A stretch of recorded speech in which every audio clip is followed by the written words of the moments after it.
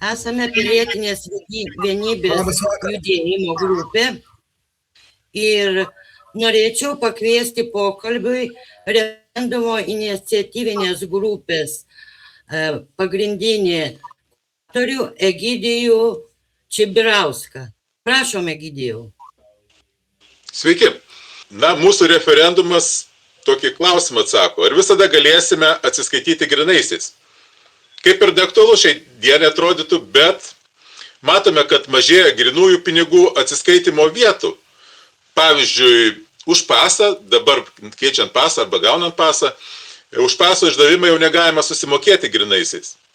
Mažėja bankomatų skaičius, negalime gauti atlyginimo grynaisiais, vis mažinama suma, iki kurios galima atsiskaityti grynaisiais. O 2029 metais planuojama įvesti skaitmeninį eurą. Tai kelia pagristų abejonių, ar galėsime atsiskaityti grynaisiais ateityje. Šių abejonių turime ne tik mes, bet ir kitos šalis.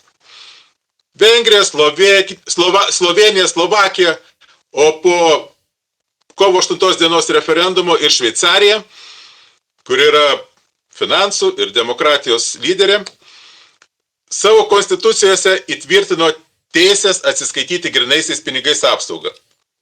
Taigi, siekdami, kad ir ateityje galėtumėme atsiskaityti grynaisiais pinigais, susibūrėme ir įregistravome iniciatyvinę grupę referendumui skelbti, papildant Konstitucijos 23 straipsnį, į jį įrašant teisę atsiskaityti grynais pinigais saugo įstatymai.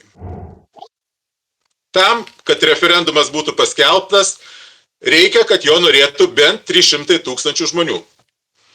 Šie žmonės savo norą turi išreikšti pasirašydami už referendumą, už jo paskelbimą.